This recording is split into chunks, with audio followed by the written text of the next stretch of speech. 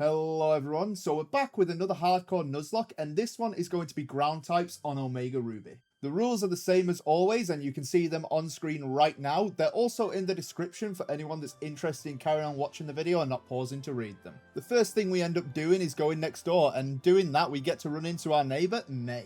She's quite a bit more prepared than we are. As you can see, she's fully restored and she has a bit of a laugh at how pathetic we are. We then take this a bit personally, so we go and show her how cool we are by going and saving her dad using the mudkip we steal from his bag. We call this mudkip Digger, and then we carry on forward and we go and take her out. Even though she's got a Trico, it really doesn't stand much of a chance against us and our beefy mudkip. He's got a sassy nature, so I can only conclude he's learned from my girlfriend. She then runs back to her dad expecting some sympathy, but he's like, he's an amazing trainer, let's give him a Pokedex and you hand over all your balls. New kid on the block and already stealing the love from your dad. Since she's realised we're the favourites of the adults, she's trying to win me over by watching some butterflies fly past. Well, I'm telling you now, I've got a girlfriend, we cannot be doing this.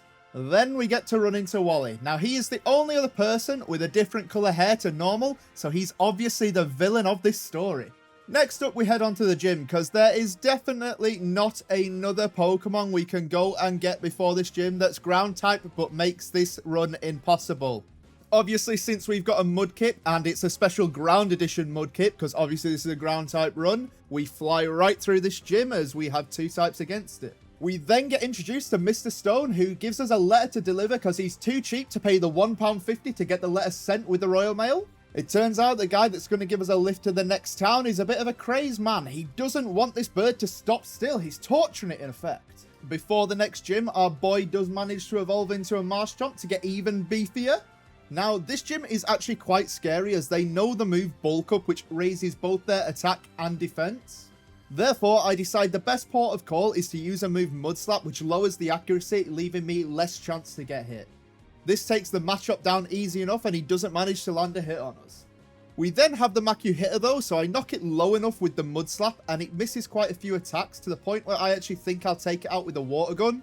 Unfortunately, I was incorrect as he holds on with a sliver of health. Like literally it couldn't have been any less. So we have to have him heal and then just take him down from there.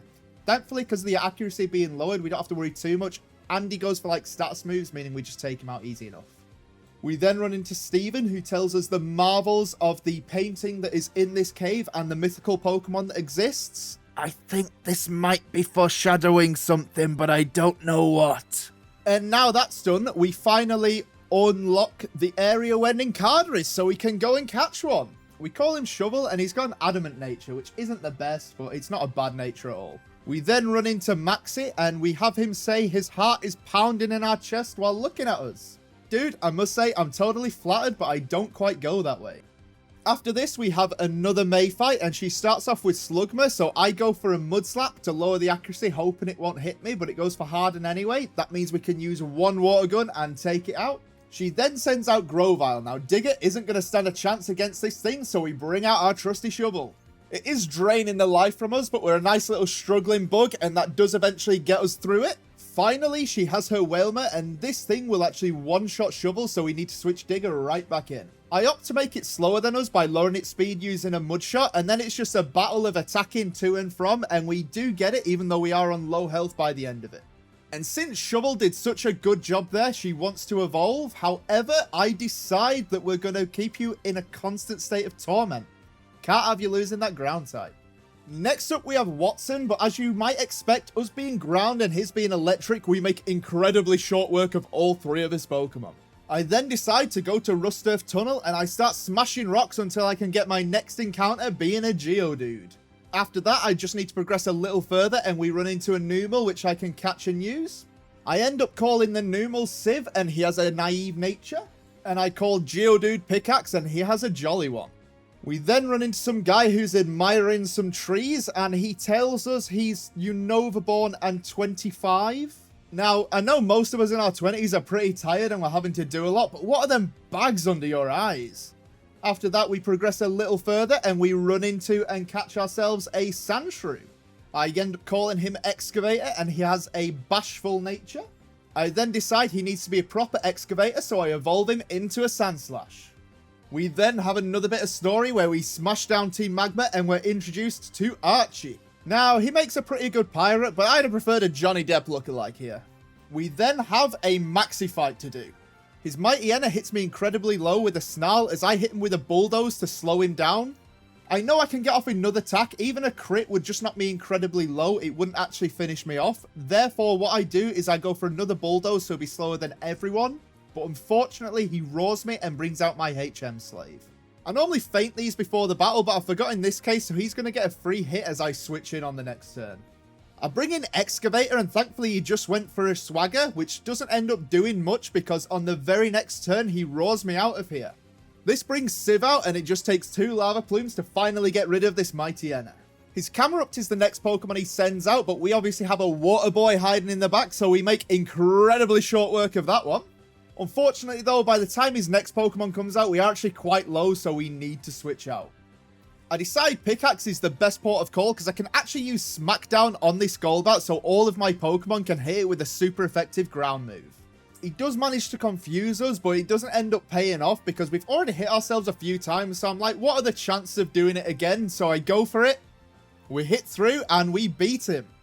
We then have our Geodude evolve into Graveler, and I should have really done it before this battle as it would have made it much easier, but I just didn't think. We then have Flannery, but she's a Fire-type gym leader, and we've got Mudkip, which is Water and Ground-type, which is super effective against Fire-types, meaning we make incredibly short work of her. Not that I think you guys were too surprised by that. We then run into May, and she gives us the Go Goggles, so not only are we incredibly stylish, we can go on to get our next encounter. Now, there are 2 encounters I can get here thanks to the Species Clause, one of them being Trapinch, which turns into a Flygon, which is an amazing Pokemon, and one being Baltoy, which is the one I got. It's not a terrible Pokemon, but it's no Flygon, and it's definitely not got an amazing typing like Dragon. I end up calling him Jackhammer, and he has a hasty nature. Plus speed, minus defense, it's not terrible, but it's not like you see Claydol zooming on past like Sonic the Hedgehog. We can now move on to fight our father in Norman. Now, he starts off with Slaking, and this thing may look a bit slow and heavy, however, it is incredibly fast, deceptively so, some would say. So I start off with my Pickaxe, and I lower its speed with Bulldoze. It then goes for Yawn against me, and obviously I don't want to go to sleep, therefore I switch out and I choose Civ. However, I go for a Curse, and it yawns me on the next turn, meaning it was pointless, so we need to switch back out to Digger. He gets a bit of damage off, but is yawned himself, therefore I need to switch yet again, so I choose Excavator. From there, we've got Rollout, and I decide to go for it as I expect it to kill the Vigoroth and then stop going through. However, once we take the Vigoroth down with it, we are actually still stuck in it, meaning there's nothing we can do, and Retaliate wipes us out. At this point, I was bewildered at the bad play that I had made. Had I just gone for another move like Magnitude, I probably would have been able to keep him here. Purely my fault because of my poor playing. But it does give me a free switching back to Graveler, and we just need to spam a few attacks at it to get this thing taken down. We then run to Steven, and as we're having a bit of a chat, we have Latias come over and give us a bit of a ride. However, Steven gets to go in the driver's seat. That's just rude. Why don't I get to do it? He takes us to a nice, wonderful Mirage-like island where we save his brother in Latios. And then he says he'll let us join the party, but we don't end up getting to ride him, which is just rude. I've still not been able to drive one of these things. Next up, we have another May fight, and the only thing really of note here is the fact that this Grovyle has terrible AI. I managed to take it down due to it using moves that won't take me out when it had some that would. I really don't know what's going on here. It should have taken me out. Before the next gym, we evolve Civ into a Camerupt. And because we've just got him, it'd be rude not to use him at the start of the next gym battle. He takes the Swellow down with ease using Rock Slide, taking next to no damage, and this will bait the Pelipper to come out. Now, against Pelipper, I can just switch in Digger, and I was actually supposed to teach him a rock move, but I completely forgot about it. Therefore, I've just got to spam Surf until I manage to take it out. Jesus Christ, Morty, you had Rock Tomb. This would have made this so much easier, and you would have actually taken it out with the Marshtomp. Anyway, once we switch in Baltoy, it makes pretty short work because we've already done enough damage, and Altaria comes out. I decide to use a Rock Tomb against it as that will lower its speed and make my Pokemon able to keep up with it. Unfortunately for me though, as I bring in my trusty Pickaxe, he Dragon Breaths and paralyzes us. I use Smackdown on it as I figure this is the best chance, and it makes it so we're able to hit it with some ground moves. And then from there, I bring out my Camerupt as it has a special move in Earth Power, and this thing's upped its defense to the point where I need to use special moves to take it out. It works, and that means all that's left is Skarmory, but I know that one Lava Plume is going to take this thing right out as it's super effective. Now that's done, we can finally get the beefcake that is a Swampert. When this guy Mega Evolves, he compares to Arnold of all people. We then have a nice bit of Magma story where Maxie steals the correct orb in the red one. Not like the old games where he steals the wrong one and that causes the Pokemon to go loony. He picks the right one here, so what could possibly go wrong? As we progress, Jackhammer finally evolves into a Claydol. And once that's done, it leads us up to our final fight against May. I start off with my pickaxe and I use Smackdown, which isn't going to KO it at this point. That leaves me safe to switch in my Jackhammer. I do that as I know Wailord's going to be next and I can use Sunny Day and Solar Beam to take it out. Oh, it survived on a Slither and used Rest. Well, that's no bother. That's fine. What can it possibly do other than use Amnesia over and over again? Now, because of Rest, it just keeps healing itself back up to full health, and we eventually get knocked incredibly low, meaning we cannot stay in any longer. I opt to bring in Digger, and I'm so thankful I kept Mud Bomb, as I just spam it to lower its accuracy, meaning it can't hit us that much, and we do eventually get the KO on it, but Jesus Christ, that took a while. She then sends out her Sceptile, but at this point we don't have to worry as we got Camerupt, so we just bring him right in there. And Macargo's Macargo, so bye-bye. We then learn if there isn't someone guarding the submarine, it can be stolen. Now, I really hope our government realizes that that's an issue and does guard ours. We catch up to it in the Team Magma base, but in true anime fashion, it gets away just as we arrive. We then have the 7th gym battle in Tate and Liza, and the issue with that is it's a double battle, and we know Muddy Water. Therefore, both her Pokemon being weak to that move are bye-bye. I then exit the gym, and someone has taught the Ocean Solar Beam as it's blasting up from the bottom of it. We then have a Maxi fight, but they honestly just have such a terrible team for him, so we take them all out with incredible ease. He then does the unimaginable. He awakens the ancient beast, and it turns out it's from Australia as it goes surfing. We then progress to Sootopolis City, where we find the Cave of Origin, and it turns out the adults in this game lack any responsibility. They decide to send an 11-year-old kid into basically a volcano. Like, one of yous go, you're the adults here. Why should I be risking my life? I've got plenty to live. You guys haven't. None of them question it, though, and all we have is Wallace striking some poses. We then have to go face the beast, and guess what? It's a ground type. This means we have another encounter being a Groudon. How awesome is that? Legendary. And even though we caught it, so we destroyed nothing, something blasts into the sky and sprays the region with stars, leaving everyone to come out their houses. Like, I don't think I would leave the house if I saw this. A big explosion and stuff falling from the air. The last thing I want to do is leave my house. Anyway, we can progress within the game, and we end up finding this crazy wild Pokemon. Like, so we use our Groudon against it, and we need to bulk him up defensively, as I don't think he can take it out. But it flails, and oh my god, we've lost our Groudon. How? How is there a Pokemon stronger than Groudon? That's just incredible. Well, that was one of my answers to Wallace, and now we can't use it, so I guess I'm just going to have to opt to use Jackhammer. I start off by using a Sunny Day to get it up just in case I need to use my Solar Beam before setting up some Carmines. He does try and confuse us, but we've got a berry, so we just use another Carmine and then he confuses us again. I managed to get 2 more Carmines off while confused before hitting myself in confusion and managing to use a Sunny Day. After that, I hit myself yet again to knock me to about half health, but I've Carmined enough where I can take out almost every single one of the Pokemon she's got left. My only worry that I had was Celio, therefore I switched Digger in against it and I Mega Evolved to get the beefest of Pokemon before taking it out using just 1 Earthquake. Seeking does then come out as the final Pokemon, but it really doesn't matter. We're Mega Evolved, we've got more speed, and we Earthquake to take it out. Now that's all done and we don't need a HM Slave, we can finally go complete our team. So I opt to go and catch an Onix and a Diglett. I call the Diglett Borer and it has a serious nature. And I call the Onix Loader, who is a jolly nature. Before we continue, I decide it's time to go on a bit of an evolution spree. Therefore, we evolve our Borer into 3 Borers. We evolve our Loader into an incredibly massive Steely Boy. And our Pickaxe can finally reach its final form in being a Golem. Next up, we have a Wally battle. It's the final Wally battle, but we've got big old Mega Swampert, and we've taught him Power Up Punch. Now, it's not very effective against Altaria, but that's actually ideal as it makes us able to raise our attack so much to the point where we can use a waterfall to take it out. From here on, that means the only Pokemon that even manages to do anything to us is going to be the Magneton with its Sturdy, but it just chooses to use Screech and lower our defense. Considering he took me down in some Dragon runs, I didn't expect him to be completely irrelevant here, but he definitely was. And with that done, we are all geared up and we can begin the battle of the Elite Four. The first one being Sydney, and I opt to start off with my Loader. I use Curse to raise both my defense, not that it needed raising, and attack 2 stages, and he raises my attack another 2 with Swagger, and I heal it with a Berry. After that, all he does is go for a Crunch, which obviously isn't very effective, and once we actually hit through the flinch, we take him out with an Iron Tail. Next up, we have Shiftry, and I miss a couple of Iron Tails as well as getting flinched before finally being able to take him out. That did knock me to half health, though.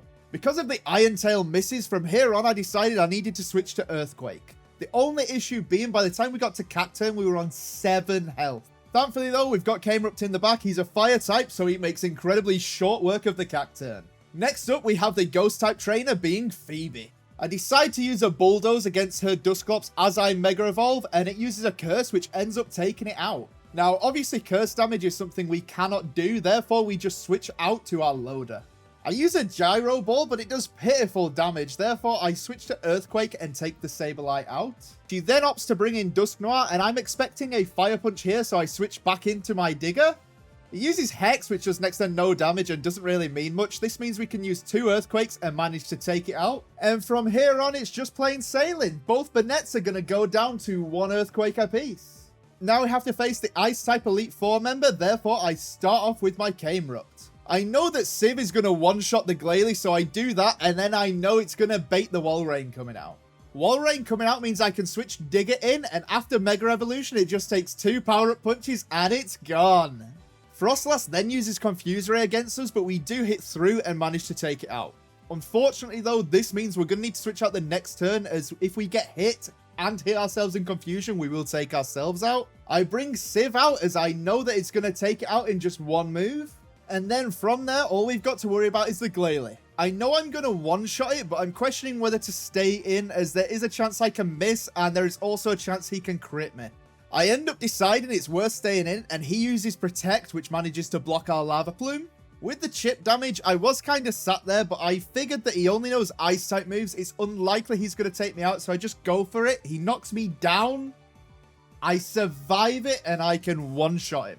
We then have one of the hardest ones, being the Dragon guy in Drake.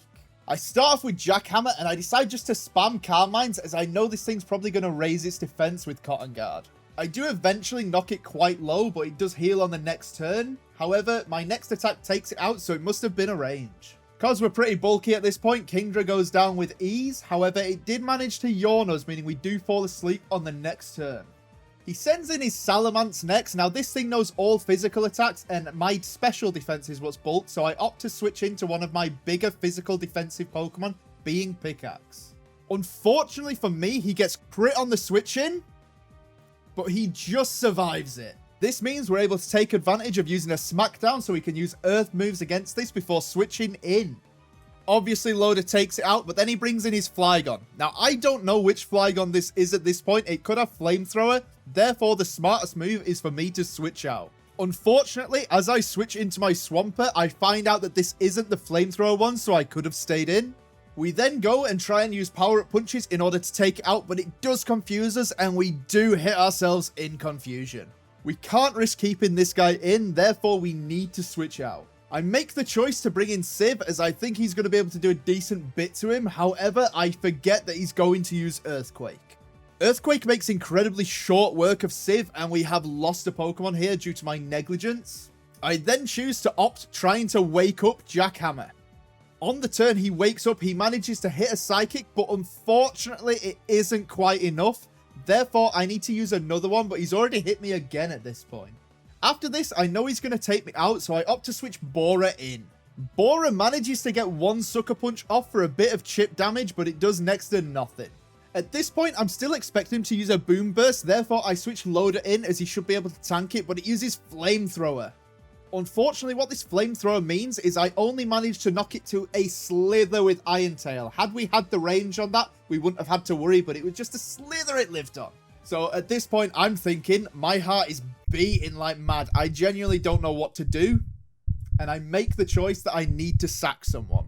Although he hasn't had much limelight, I decide because he's quite physically weak, Bora is the best one to go for. And thankfully this sacrifice was worth it, as it gives us a free switch into our Mega Swampert, who can then take it out with one power-up punch because we're faster. And with that done and them 2 deaths behind us, we can finally take on the champion, being Steven. I opt to start the battle using Golem, as I know I'll be able to smack down the Skarmory with it. This makes it weak to my Earthquake, but by the time we do actually manage to take out, Toxic has stacked up an incredible amount and it does end up taking us out. Without camera up though, I did see the Skarmory being a problem, so I figured it was the best option to make. We then have Claydol come out and we get a free switch in, obviously, to our Digger, who manages to use 2 waterfalls to take it out. And after that, he sends out Cradily, which is grass type, and I know I need to one-shot this, therefore I opt to go for Earthquake. Oh, I misclicked and went for Power-Up Punch. Therefore, I have killed my Swampert. Jesus Christ, I'm a moron at times. Now, at this point, my brain is just racking itself. I genuinely don't know what to do. It's just going crazy because I can't think of a strategy out of this. My hope here that I decide to do is bring out Loader and use an Iron Tail. But, of course, that can't go to plan, so it misses. And then, because it managed to get a Confuse Ray off, guess what? I hit myself on the next turn. Fantabby-dozy. And from here on out, I think you guys know exactly what's going to happen. Cradily is going to annihilate all of my Pokemon, as it can heal back more damage than I can actually do to it. It was completely my fault, I'm not going to lie, but I'm still gutted that we lost this one, as it is absolutely 100% doable.